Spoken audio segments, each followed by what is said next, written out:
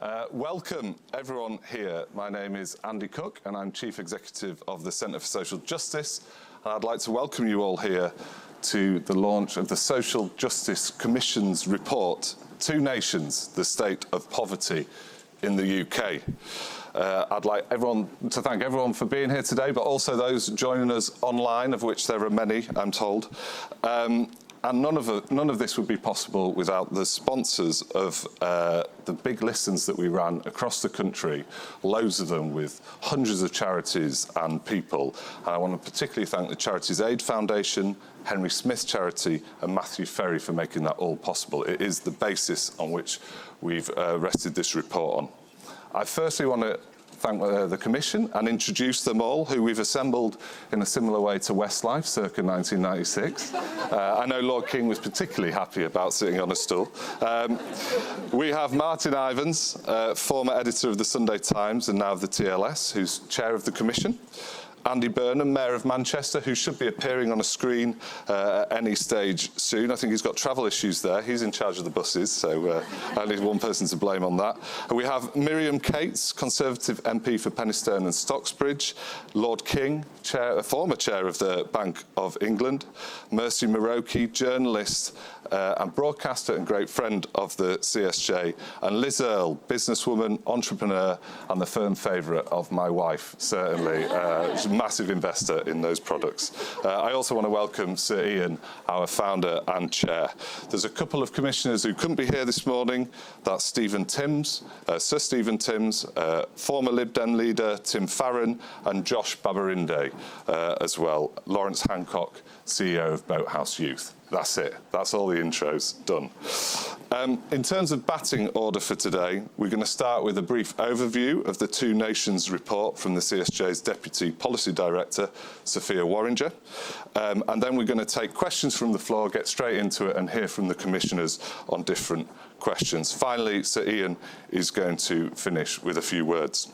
For my part, I just want to say a few things. We decided to call this report Two Nations, and today is a case study of exactly why. Today, this square mile will be focused on the Prime Minister at the COVID inquiry, among a couple of other things. Who said what to who? Who scribbled what in which diary? WhatsApp messages, personalities, and reputation protection will dominate. It's got more to do with theatre than with the politics that people actually care about. But we've spent the last year travelling the UK and speaking to thousands of the poorest people about what actually matters to them. And what we found is that those whose lives were in the margins at the start of the pandemic are now on full-blown pieces of paper in their own right. The questions they want answered are why there's now 140,000 missing children from England's schools, why there is 2.6 million signed off on work on long-term sick, why 5,000 people a year are now dying from drug overdoses, and why we are projecting that 1 in 4 children aged 5 to 15 by 2030 will have mental health problems. That's right, a quarter of our young people. Sophia is going to show some of the data that underpins this reality, that millions of people in the UK now feel like they're living in a parallel universe. Neighbourhoods blighted by crime, pandemic of mental and physical ill health, and a life of splintered families. This is a tough 300 pages to read, not only because it's 300 pages, but it's tough stuff. There is a 30-page version for people like myself. But it's critical to understanding where the root causes of this nation's issues lay. And it's what we at the CSJ, as we approach our 20th year, will spend the next 20 years arguing. And in it all, I have to say that there is hope. What we saw in the pandemic is that the nation's armies of small charities, some of which are here today who contributed to this report, they didn't end up furloughing or pausing like so many others.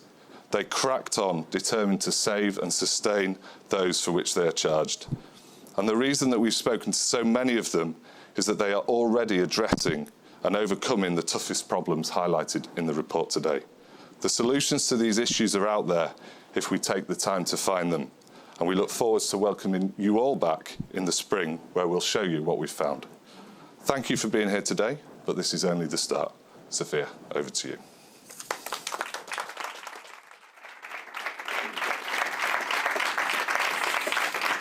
Thanks, Andy. My name is Sophia, and I'm going to be running through some of the main highlights of the State of the Nation report. Over the past 9 months, we've been very busy. We've been travelling the length and breadth of the country. We've travelled hundreds of miles, spoken to hundreds of charities, hosted big listens, where we've gathered these charities, asking them what the biggest challenges that they are facing. We've also spoken to those with lived experience of very complex social problems, including those who've been in prison, who have addictions, who have been long-term unemployed. And we've done a national representative poll of 6,000 adults, including 3,000 of the most disadvantaged, really getting into the nooks and crannies and corners of the most left-behind communities. And this is what we found. The most deprived are left behind. We have uncovered a nation of two halves. Look at these charts. The green is basically good, the red is bad. You can see the most deprived cohort are rating most of the things in their lives as red. The general public, for the most part, can get by. And then there is this cohort of people whose lives are marked by family breakdown, physical and mental ill health, who live in crime-ridden communities and experience multiple barriers to work. And this interim report has uncovered this nation of two halves. Those who are left behind are still reeling from the impact of the COVID-19 pandemic. Life for them never returned to normal, and the scars of that time are still very deeply felt. The Commission has found that for many in this most deprived cohort, work is not worth it. Britain is sick, but being sick pays. The most deprived are disproportionately physically and mentally ill, and one stat that shows this very starkly is 13% of the general population define as having a mental health problem. This rises to 40% of the most deprived cohort. The number of those economically inactive due to long-term sickness has risen to over 2.6 million people, which is up nearly 500,000 from the pandemic, as shown in this graph. And 53% of this cohort report having depression or anxiety. And these people are untouched by the conditionality regime of the welfare system, and yet 700,000 of them, we found, would like to work if they were given the right support. Work is insecure for some of these people. They have poor quality work available to them, and it offers very little progression. Only 15% of the most deprived say that they expect to progress at work, so either get a pay rise or get promoted in the next year. And although they are always financially better off in work, the margins can be very low, and the instability of the work available when compared to the stability of benefits makes that jump into work just not worth it for some. The Commission has found that law and order has been gutted out. Crime was identified as the worst thing about the areas where people live, and this was true for both the deprived cohort and the general population. For the most deprived group, crime is also strongly related to drugs. Crime is very highly concentrated. 6% of families account for half of all convictions. And the most disadvantaged are the most impacted by crime. And they did not benefit from the same reduction that was initially seen during those lockdowns. You can still see the slides over there. They've become anti-Burnham, which is exciting, but they're still on that side too. A feeling of lawlessness persists, and you can see here a quote from a resident and charity CEO of Teesside who just explains how he feels like his area is lawless, that the police have retreated, and that the institutions that inhibit crime, such as strong families, good youth provision, community institutions and community cohesions, have just been eroded. The court backlogs and the feeling that the police have retreated have added to this perception amongst the deprived that justice will not be done. And if the punishment is uncertain, it emboldens criminals who think that they can act with impunity.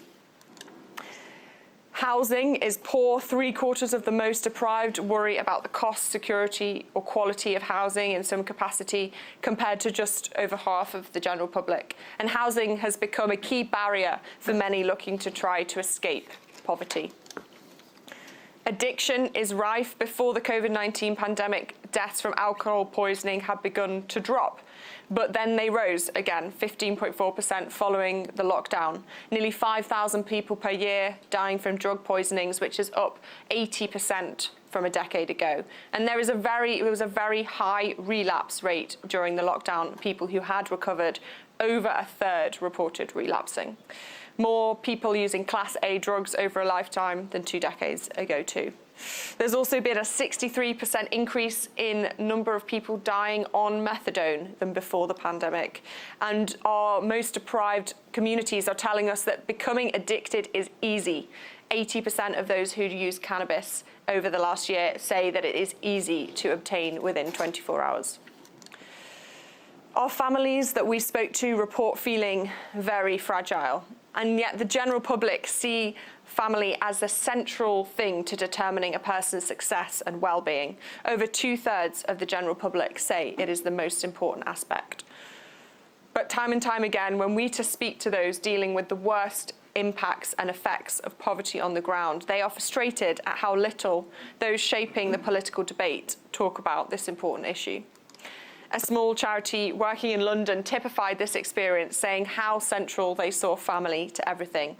And our poll found that lack of parental boundaries and supervision was identified by the general public and the most deprived cohort as a key driver of juvenile criminality. We know that family breakdown impacts the most disadvantaged the hardest, and our poll found that less than half of the most deprived have grown up in a stable family, compared to 2/3 of the general public. And finally, an unhappy generation. The most stark impact of the COVID-19 pandemic, we have found, has been on children. Mental ill health, as has been said, in young people was 1 in 9 amongst the general population before the pandemic. Then it rose to 1 in 6, and now in some cohorts in 1 in 5, but by 2023, we project that over 1 in 4 of all children will have a diagnosable mental health problem if the trends continue as they are now. This is particularly stark in boys. There will be 108% more boys with a mental health disorder than if lockdown had not occurred. A detailed study showing mental health conditions of children shows that their resilience and mental health symptoms rose and fell in correlation with the COVID restrictions. And while for the general population, that figure turned more likely to normal once restrictions had ended, for those from the children from the most deprived families, those numbers have stayed staggeringly high. This has impact for development, for school readiness, as this quote shows, for school absence, and on future work opportunities, which also will have a impact for our future GDP and economic growth. It is clear from this quote from a charity working with communities in Wales that children are coming to school not ready for that challenge. So after all this, what is next? Well, the Social Justice Commission will publish its final report in spring 2024, and it will lay out an ambitious suite of policy recommendations tackling these issues at their root cause. What this report has shown is that we need far more than discussions on financial redistribution. We need a strategy to go after the root causes of poverty: education, work, debt, addiction, and family breakdown. Without those, our future is looking very poor. Thank you.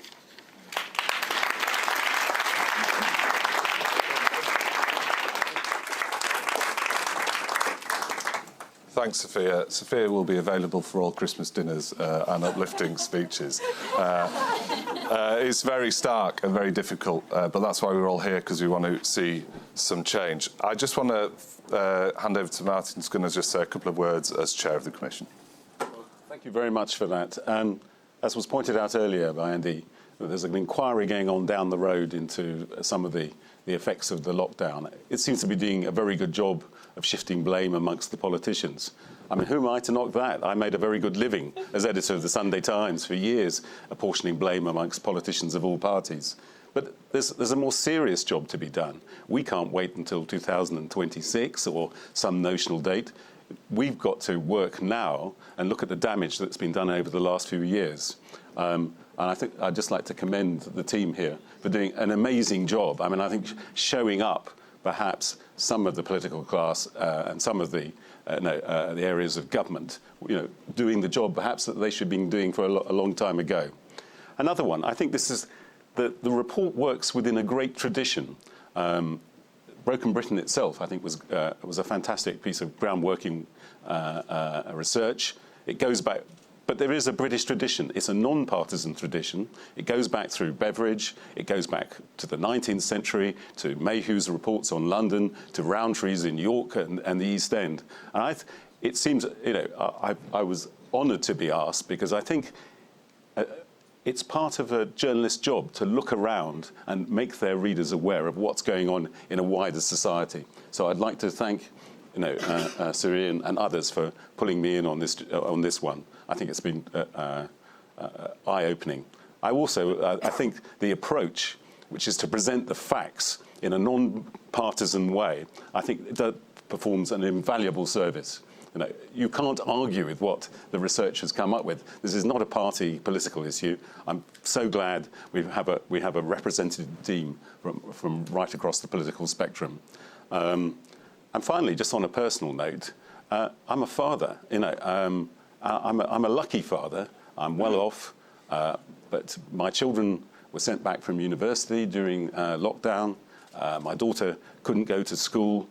I was aware of all the advantages, though, that I could give them. I mean, my daughter could do some of her classes via Zoom. We have books in the house for my sons. I have a garden. I have a nice home. But just about less than half a mile away, I'm aware that there are council blocks reaching to the sky where there's no space. Where the children may be living in broken homes or disorderly homes, and don't have everything that all the advantages that my family has. And so to be asked to give something back, I think was an honour. And I'd really like to thank all my fellow commissioners for their help on this one. I've been so impressed by Sophia and the rest of the team, because they've gone out to find out things in society, and they haven't done it in a way as if they were Lord and Lady Bountiful. They've asked the opinions of the disadvantaged themselves, and they've made something matter. So I'd like to thank them very much for everything they've done.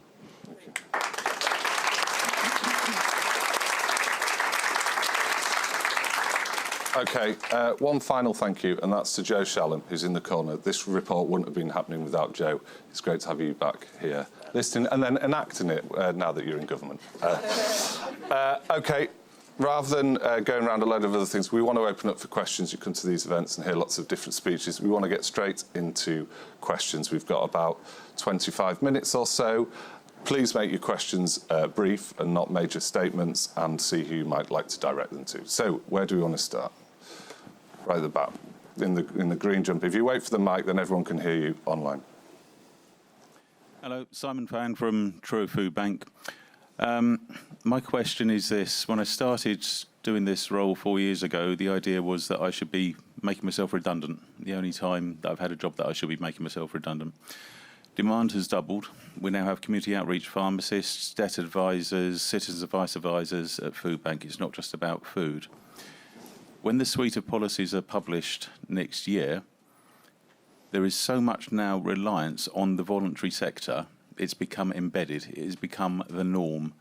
Will the recommendations, will the report help us to get to a point where you can make me redundant and you will not have to rely on the food banks and the voluntary sector to dig business and politicians out the hole that has been created? Yes. Next question? No, 100% will. I might actually go to Andy. Mr. Burnham, you are heavily engaged with the voluntary sector, where you're in all the brilliant stuff you're doing. Do you want to say a few words on this? Yes, indeed. Good afternoon, everybody. Can I just say, I just think this is a tremendously important report. Well done to the Centre for Social Justice for bringing it through. It's important, I think, to have an honest cross-party conversation about levels of poverty in the UK, and the report absolutely, as was said, really lays out the facts for people. And now we need to hopefully find some cross-party solutions. To answer the question, I think the role of the voluntary sector has to be recognised, but we also have to change how we support the voluntary sector. We do now have a voluntary welfare state. It's quite extensive. across the 10 boroughs of Greater Manchester. And I asked myself the question, is it sustainable? Can people continue to work in this way? I would say we need to move to a different way of funding the voluntary sector. And what I mean is moving towards more core funding as opposed to constantly making them bid for project funding or one-off funding. That's what we've tried to do here in Greater Manchester. We've developed a concordat with our community, voluntary, faith and social enterprise sector, where we say if we're going to ask for your ongoing help with regard to, say, an issue like homelessness, that we have to kind of fund you in that way to provide that sort of that regular support. So I would say the answer here, and obviously we're looking towards answers in the new year, but we should recognise that to be sustainable, community voluntary sector needs, I would say, long-term core funding, not one-off pots or always being asked to bid against each other. I think that's the inescapable conclusion from my point of view, given the level of the need that the report lays bare, but also the critical role of the community voluntary sector in rising to it. So big change, I would say, is needed in the way we fund it. Thanks, Andy. Just to add, CSJ research has shown that something like 86% of voluntary sector funding goes to 4% of the voluntary sector market, yet we know a lot of the small guys are doing the heavy lifting, like yourself, sir. Iain. Following Andy, I wasn't on the commission, but we've done a huge amount on voluntary sector. In answer to your question, I don't know that we really want to end up eradicating small community groups and charities, because the one thing you do discover, in a way I think we'd agree about this, Andy and myself, is that they can be incredibly powerful in getting to individual people and sorting their problems out, and where sometimes the state or even the local government can be bureaucratic, slow to move, never quite understanding what the problem is. It is the voluntary sector, the small community groups and charities like you're running, that can react quicker, a bit like small businesses in the economy are faster on their feet, quicker to react to demand. So are the small charities. So I'm not sure I want to end your job, or this commission wants to end your job. What we want to do is make sure it's not so periodic and you're constantly in a spasm of trying to find the money at the right point. That's the key. Very good. Questions? Lord Farmer. We'll just wait for the mic if we can. Oh, right. OK, thanks. I'd just like to ask Lord King, who's on record as saying that you think family breakdown is a cause of poverty, and just give us some of your reasoning and evidence for that. Well, I think what the report shows very clearly, particularly given the views of people in deprivation themselves, is that this is a function of many different aspects of their lives. Money is important, it matters, but it's not the only thing. And if we at the centre somehow think that designing a method of giving money out is going to solve the problem, we're wrong. We saw the comments made on addiction. You can see we're catching up with the US in terms of deaths of despair, which Anne Case and Angus Deaton identified in the United States. What's central to all of this is stable and secure families, because it's these factors like whether it's crime or lack of secure employment opportunities, these are the things that will undermine the ability of people to create stable and secure families. It's pretty extraordinary that almost 1 in 2 children today will not grow up in a family throughout their childhood with 2 biological parents. I've never forgotten going to a school, which I did when I was at the bank, and speaking to the kids about price stability, and these primary school kids actually were very good at understanding the merits of price stability. And I'd pull out my wallet here and I'd show them a banknote, and I said at the end of it, what does it say written on a banknote? And they didn't really know, and I said, it says, we promise to give the bearer of this banknote the value of that note. And I finished my final flourish by saying, so when you go home tonight to your mummies and daddies, just tell them that what you learned today was how important it is to keep your promise. Okay? Went out of the room thinking, that went well. Teacher says, you must never say that again. I was really astonished. What does she mean? And she said, only 1 child in that class is living with their biological mummy and daddy. And she then went on basically to say, well, these kids, they're not going to achieve very much in life. Once the teachers have low aspirations for their children, you're in real trouble. And that's why I think, I belong to, as Martin said, I belong to the lucky generation.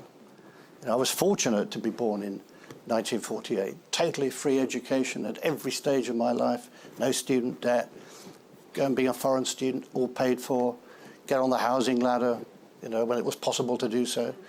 The current younger generation suffers much more. They've got social media problems which have created more mental illness.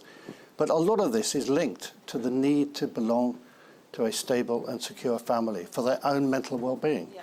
And the more we can do to help that, and it isn't just a question of lecturing people, it's a question of creating an environment which includes, secure employment opportunities, respect for people who do jobs that may not earn a high salary, but are vital to our society. We ought to respect people who are cleaners, people who are carers, paid very little money. They understand, they don't expect to be paid as much as high-flying executives. What they do expect is to be regarded as someone making an important contribution to society, which we all respect and understand. And all of these changes are important in order to create secure and stable families. We have the least stable family structure in Europe. We should worry about that. Yeah. Thank you, Lord King. I'm going to just take a question here. Liz, I'd like to go to you at this point. As a kind of business leader, etc., one of the points that came up was about people, particularly in the bottom rungs, not feeling like there's any progression opportunities out there, particularly in entry-level roles and all the rest. What do you think the business community, because this is all focused at the politicians, but what can the business community learn from this report, and what do you take away from it? I think it is about offering opportunity, isn't it, to others and seeing that value and maybe widening the net to look in particularly the more deprived areas to see what businesses could do with their outreach in terms of mentoring and training and offering opportunity and just really highlighting the extraordinary value of being in some sort of gainful employment and, looking at the stats, even things like volunteering and actually having that sense of purpose, something to get up for in the morning, something that you feel that you're learning, you're contributing, you're giving back. Even if you have very little, there's still things that you can do that will actually be so beneficial for your own well-being.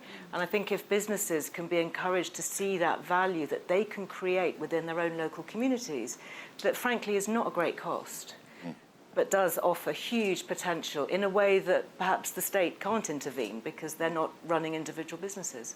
Very good. Questions? Down here.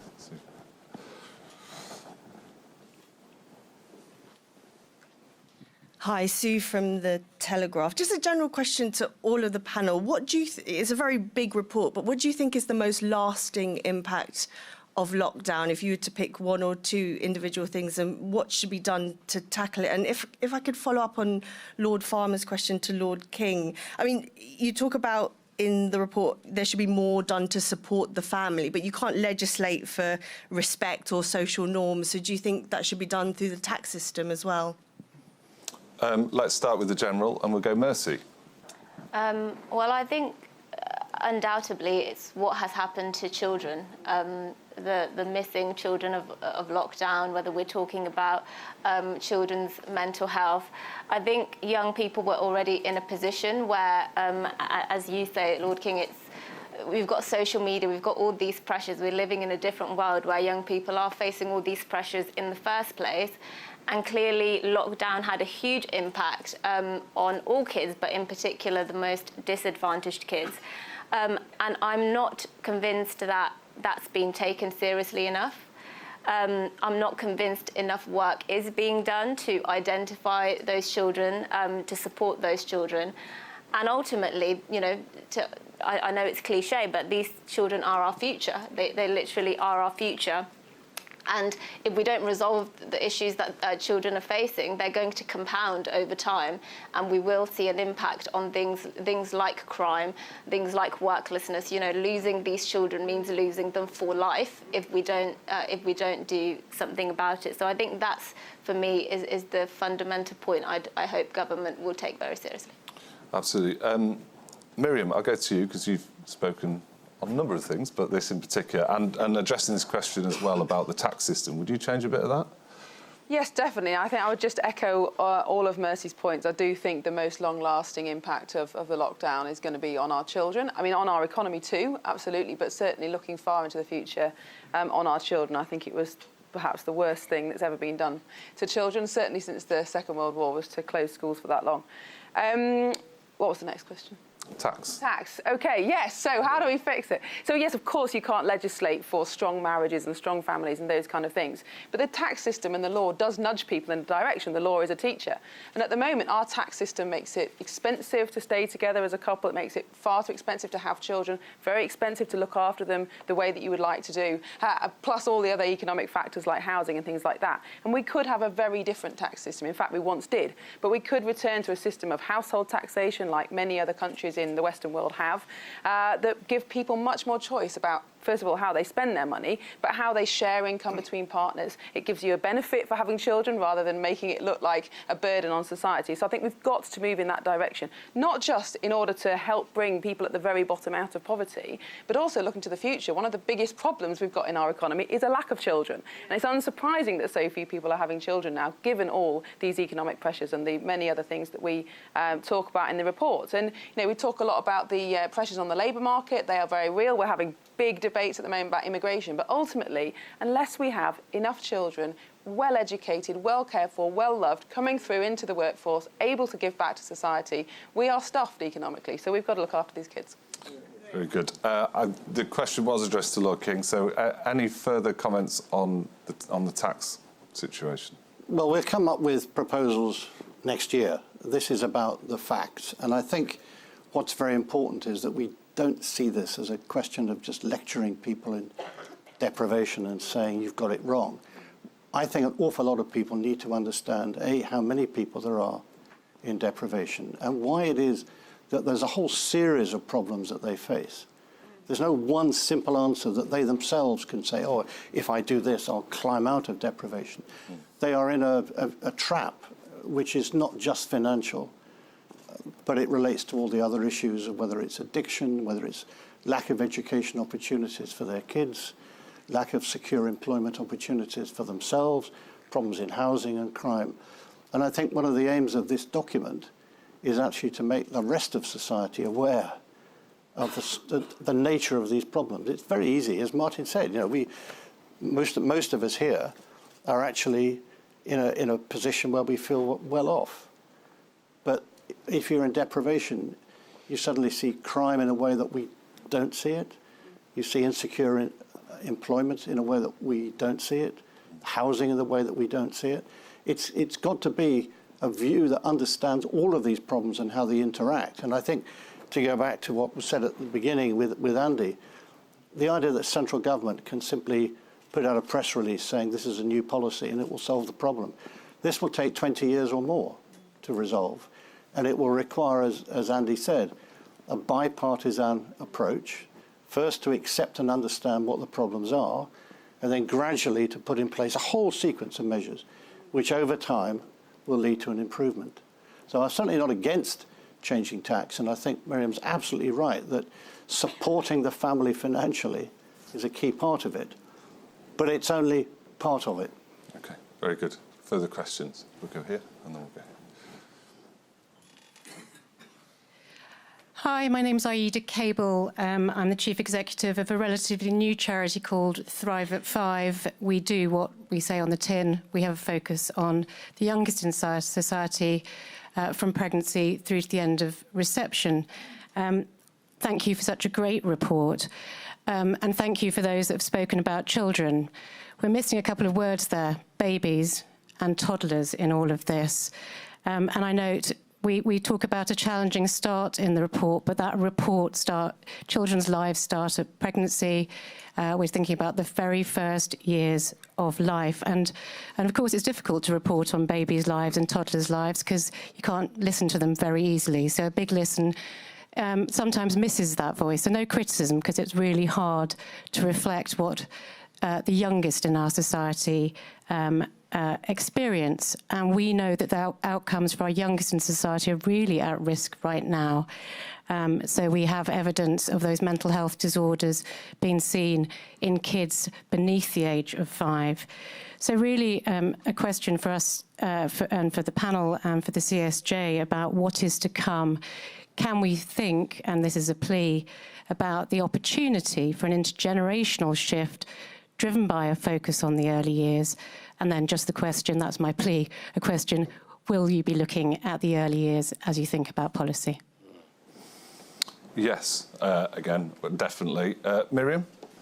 Yeah, great question. And I mean, you're absolutely right. If you get the first 2 years right of a child's life, they're far more likely to go on and succeed and thrive in every other area of life. And I completely agree with you. And I talk to primary school teachers and early years leads across my constituency, and it is just devastating what they are encountering when children start school or start nursery now, as a direct result of lockdown, but also all the other indicators of poverty that we've been talking about. But we're never going to solve this until the government and society decides that a parent's primary job is not actually to add to GDP, but it is to care for the child in those first 2 years and first 3 years. And I think, I won't be alone in this room in opposing the government's latest childcare offer, which is essentially to make it government policy for 9 months old to be put in 30 hours of institutional childcare a week. And I think, in reference to this report, that includes single mums now, who will have to return to the workplace, perhaps having experienced a traumatic breakup, perhaps having experienced abuse. That child who perhaps needs their mother more than any other child now has to go back to work in order to keep their benefits. And I think unless we turn that on its head and say the primary job in the first 3 years is to give that child the best start in life, then we're not going to solve this. Thanks very much. Down here. Steve Rigby from Family Business UK. I guess a question for Andy. We're in a really high tax environment today, 37% tax, government spend 44%. Clearly, just throwing more money at the problems isn't always the answer. So how do we resolve it? Is it a case of becoming more efficient, and do we need to devolve powers out to the regions to achieve that? OK, Andy, yeah, it's not like you to like devolution. We'll let you have this one. Yeah, I'm hardly going to say no to that. I do think what you're saying is right, that devolution is a big part of the answer. Put bluntly, in the 20 years since the first CSJ report, if we look at what this new report is laying bare, politics isn't working, is it? Or certainly Westminster business as usual politics isn't working. It is too far away from people's lives. And policies that have been sort of developed there just haven't had the impact that they should have. If I think about, let's say, the benefit system, it is a very impersonal, dehumanizing system at times. It kind of is almost out to trip people up rather than to truly support people into work. And if that, the support element of that was more localized, working through those local community groups that Iain Duncan Smith was mentioning before, I think it would have more success. Certainly the evidence from here is that it can have more success, so you spend public money better. More broadly, we're moving very much now towards a kind of single system in Greater Manchester. Credit to Michael Gove. He put in our Trailblazer devolution deal the concept of a single settlement, so that we move now to a Welsh-style or Scottish-style block of funding, which would give us much more flexibility, breaking out of the Whitehall silos. I think that is a big part of the answer to this, and taking devolution to all parts of England and putting everybody on the same path, if you like, that Greater Manchester has been on for some time. I'm about to go from this discussion to the first meeting of our new integrated technical education system, and the reason I point to that is because our concept of creating two clear equal paths at 14, a technical path to be an alternative to the university route, I think it's an example of how devolution is starting to fix issues that Westminster and Whitehall have ignored for decades. So, we are thinking of integrating technical education, creating the Greater Manchester Baccalaureate, a new route, a new technical route, giving kids visibility of the opportunities in the Greater Manchester economy, but we're the ones that have integrated public transport and reduced the fares. You know, that issue has been neglected by Westminster for many years. So it is about getting better use of public funds because we work in a more integrated way at the local level, but it's also about focusing on issues that have been traditionally neglected at the national level, issues like technical education and public transport.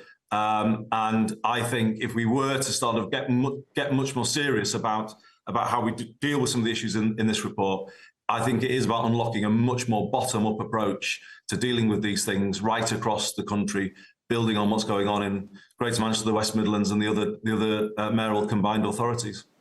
Brilliant. Thank you. Other questions? Samantha. Perhaps a question for Iain and Andy.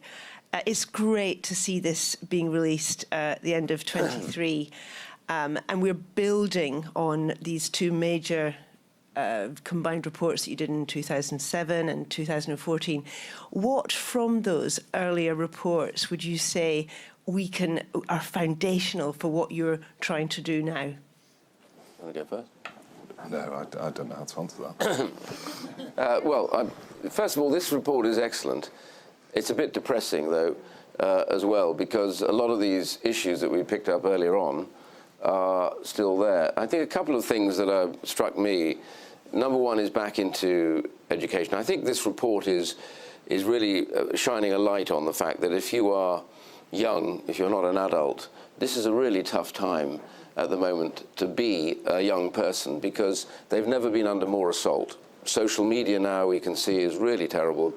When kids come home from school, they don't break away from the bullying. They get the bullying now online. All these problems about what to do, they're under pressure. You've got the student fees issue that goes on. Your kids are still paying it off. There's a lot of pressure on them. Wasn't there, say, 40 or 50 years ago, and they were a little freer to be kids, to learn through this. And the other thing that struck me about this report, which was in the previous report, which is there's been a complete collapse in the amongst many in this group that education is a pathway out of your situation, a way to improve your outcomes better than your parents. Was always highly respected down the generations, but that was breaking down when we wrote the last report. Seems to have broken down. And you can see that mirrored against recent migrant communities. Their kids have very high records of achievement at school because they recognize that education for them is the way out, whereas often kids that are sort of 3 or 4 generations here suddenly start to lose that. And you can see that through who are the top. When we did the study on all those kids that are on free school meals, you saw the top groups were Asian, from Indian communities, from recent African immigrant communities. They were achieving more than the average for kids on free school meals of many generations here in the UK. And so I think if we're going to focus on anything, the one thing, and I want to say this at the end, but the one thing we have to do is figure out how do we turn that around, because how do we get the pressures off the kids to the extent, how do we do this? I was interested to listen to Andy and his point about getting education divided is one of the big issues. We went bonkers about everybody had to go to university, which meant anybody that didn't go to university was already seen as a subhuman and therefore was only capable of sort of very ordinary jobs, which is ridiculous. We're the only country in the world that did this. The key thing is, and I agree with you, Andy, on this, is to spread it out so that people's talents can be recognised early on, and then their education system can match their talents so that they can actually go on and achieve stuff within their own capabilities and things. So it's the kids' end of it that resounds from both reports, and we have to this time do something about it. Yeah, and I think, just to add, it's the phrase we use all the time, but the root cause thing that, you go out to these communities and actually people are hungry to work. They're hungry to get involved. They want some help. It's not always after what is argued around here about kind of financial exchange. Of course, people want money, but they want the right to earn their own money and make their own living and their own homes and everything. And that has come through the ages, both on the previous reports and this one. Andy, could I? Oh, sorry, go on, Andy, yeah. Yeah, it's just very, very quickly. I agree very strongly with what you've both just said. I was in Easterhouse, actually, in the summer, and obviously that's where the first report began, I think, Iain, I'm right in saying. Yeah. There, their work now, the violence reduction, the public health approach to violence reduction is very much focused on personalising pathways for young people into a career that they want to do. And I think that is a big part of the answer here, isn't it? It's about people having hope for the future. We survey our teenagers in Greater Manchester. We ask them that question, do you have hope for the future? The good news, I suppose, is 4 out of 5 answer it positively, but 1 in 5 at age 14 not answering that question positively is not good. And in some of our least affluent communities, that would be 2 out of 5 or even 3. So you've really got to kind of focus on this, and both parties are to blame here for having an obsession with the university route when it comes to education policy. The government I was in set a 50% target without having anything clear to say to the other 50% who were not subject to that target. But in the kind of more recent period, we have an English baccalaureate in education, which, if you go on the government website, talks about being based on the GCSEs that universities favour. And that's the measure upon which schools are judged, how well they do on getting kids to get prepared for the university route. This has got to change. It's what I was talking about before, 2 clear, equal paths at 14, 1 academic, 1 technical. You've got to give hope to all young people that there is a path for them in life. And at the moment, we're kind of really empowering some young people, but almost sending a message to others that they're second-class citizens. And this really desperately needs to change. And we are pioneering a change here in Greater Manchester. But I hope, as we move towards solutions, that the commissioners, I can persuade the other commissioners to get behind a radical change to education policy that starts to talk about a pathway for all young people, because at the moment we're not providing one. Judging by the nods of the head of the commissioners, I don't think you'll have to work too hard on convincing them that way, Andy. Any other questions? Here. Thank you, Claudia from Whitestone Insight. Andy, I really liked what you were saying about providing young people with a pathway to hope, but I think the figure that's in the report that's most staggering to me is that there are likely to be 108% more boys with mental health disorders by 2030 than if lockdown had not occurred. How can we specifically help both girls and boys, I presume are in ways that are specific to them, if we're seeing over an 100% increase in their mental health disorders by 2030? Not quite sure which Andy you mean there. I know you've got to go, Andy. We'll go with you on that one, and then we'll come to the panel. Oh, well, children's mental health is just a massive issue, as Iain was saying before, and it's got to become a huge focus for all of us. The Be Well survey, I just will recommend it to you all. If you Google it, you'll find it. It is quite unique, I think, in terms of a comprehensive survey of our year 10s. But I would recommend it to everybody because some of the insights are quite worrying. In terms of lockdown, I would have said this earlier if I'd answered that question. There is a very real impact of lockdown, and it's been on reception class. We've seen it twice now in terms of 2022 and 2023. The number of kids arriving in reception class with a good level of development, or what people would call being school ready, has taken a significant dip. Yeah.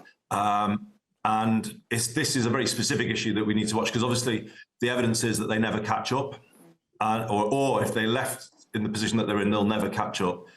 And I think we really need to look at this issue, because when we look towards reception class in 2024, they'll be the kids that were born in the first lockdown that are coming to reception, and this is going to be something that really plays through the education system for many years to come. I think, as an earlier colleague said, we do have to have a much stronger focus on the early years.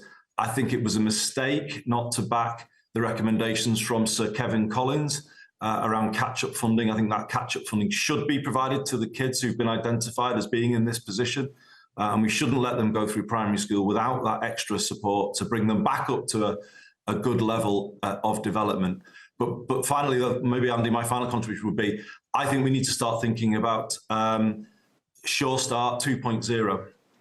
We've developed a system here in Greater Manchester which is about identifying at 2 from the records of health visitors the kids who won't be school ready if everything stays the same. And I think we've got to kind of work in that way, in a much more preventative way, to get support to those families and those kids so that they do arrive at primary school ready to learn, because that makes a massive difference. And the reason why I call it sort of Sure Start 2.0 is because it could operate therefore in a much more targeted way than perhaps the original Sure Start work. You could be sure that the money you were spending on it was absolutely going to those kids because you've identified them who most need support. So I'm excited for where the recommendations may go on this, and I would just echo Iain and say if we can get cross-party support behind them, then I think this whole exercise could do a real service to the country. But thanks for having me, everyone. Thank you for listening. I'll hand back to you, Andy. Thanks, Andy. Miriam, anything on boys? You've spoken about this a lot. Yeah, so I think lockdown was obviously terrible, but we can't ignore the impact of mobile phones and social media, which will also have been significant since about 2010. And I think what lockdown did was accelerate the amount of time that kids were spending on screens and on social media. But probably even without lockdown, we would have reached this point.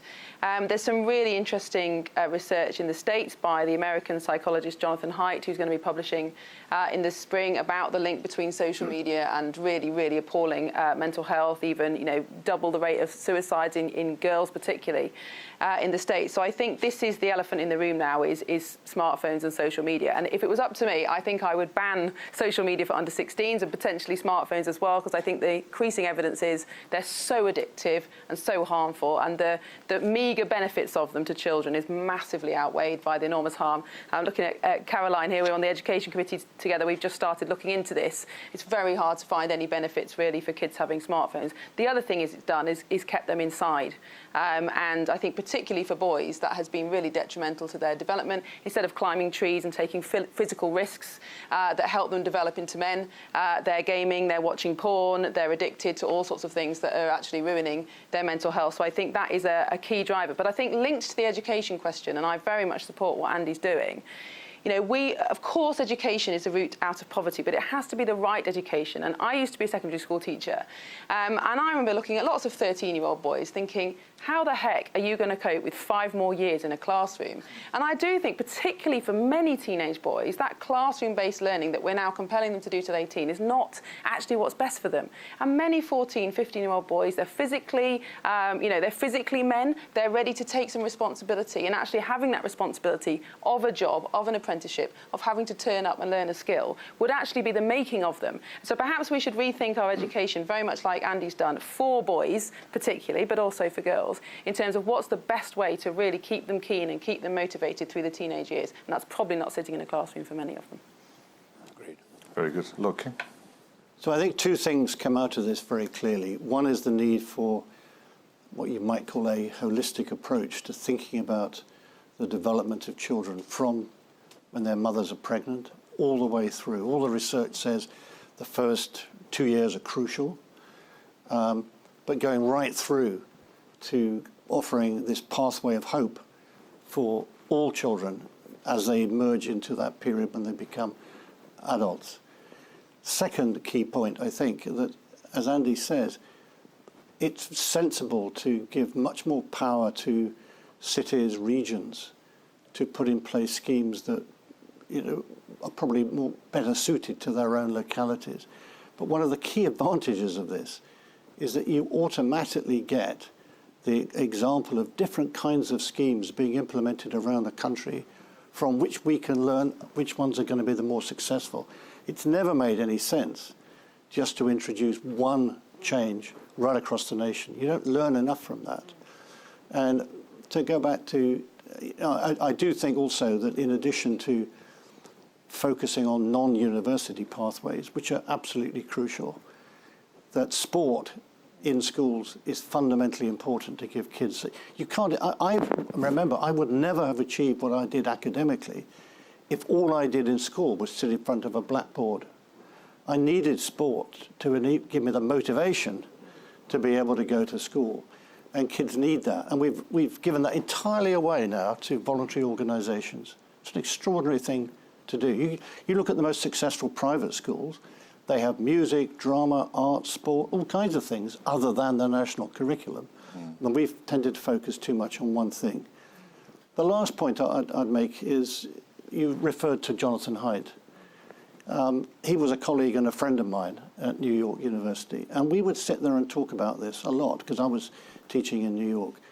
And what was so striking was how few university teachers thought this was remotely interesting or important, because they don't live, they don't understand, they're not in those communities.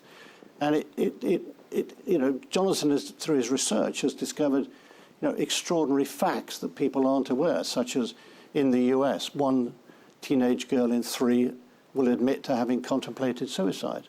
There's a devastating indictment of our society, and social media is in large part responsible for that. But it's not solely that.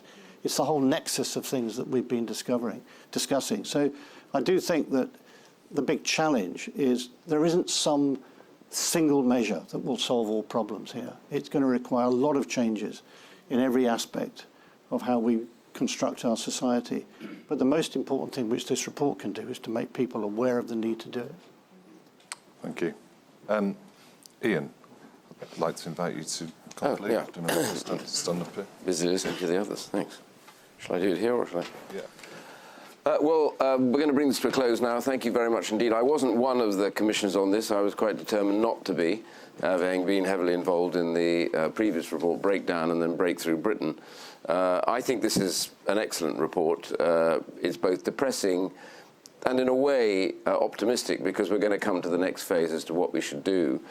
The depression is that so much of this stuff is here already that was existing at the time we did Breakdown Britain previously. There have been some improvements and some things that have definitely moved things on. But a couple of things starkly stand out, which is what happened to us during lockdown.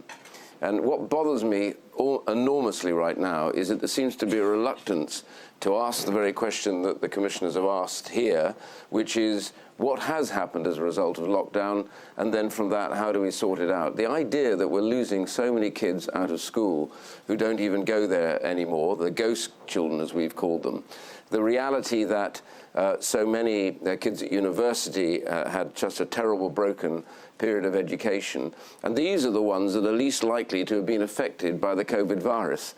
That was a fact of life. Yet we have in a way punished them by shutting down their schools, shutting down the universities, and the adults running away in a way from the whole idea of what their duties and observances were to do this. So the bit that comes out loud and clear, and I wish, even as the Prime Minister today is being interrogated about, no doubt, what WhatsApp message was sent about him or to him or from him, that somehow this inquiry stops that and goes into, was locking down like that, blanket lockdowns, have they done serious damage, and what is the lesson to be learned? And that's the key. What are the lessons to be learned that we don't repeat again? Because if we do this one more time, I think we'll literally struggle to get up. And the final point I want to make is when we introduce universal credit, and this does, believe it or not, have quite a lot of the facets of possible solution. It was never just a thing to get people back to work. For the first time ever, the benefit system now knows what a household is doing, what their income is, what benefits they're getting, so they can deal with a household. This was meant to be a pathway to remedial help for households that have fallen below the line and were not succeeding, and their kids weren't. It never quite happened, but universal support now, Andy was very keen to pick that up. The Labour Party has been keen to pick it up, and the government has now started towards it. Universal support is you park alongside universal credit. Once you know the families that are in such a state, they're not going to be able to be getting straight back into work, and you work to remediate their problems and then get them back onto the road into work, which is the best route out of poverty. And that would include also allowing us to understand what the educational position is for that family. And you're very right about early intervention. It has been an obsession of mine for some time, and of the original report. And what we have to understand, this is a life story about people. It didn't just begin when they got to working age, and it didn't begin when they got to school. It began even before the baby was born, when we can start to chart exactly what is likely to happen to that child when they arrive. And Andy made the point at the end. He said children are arriving not school ready at primary age. Track their future, and they aren't going anywhere unless they have some phenomenal and powerful intervention. which would necessitate that. So I want to thank all the commissioners on behalf of the Centre for Social Justice, having done us, Sophia, for a huge and incredible summary, and all those that were involved in it.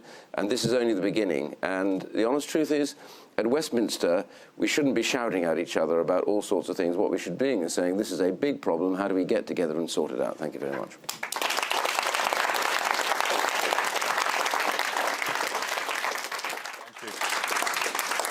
Well, that's it. That's time at the bar. Our bar is open for teas and coffees. Thank you. Thanks, Iain.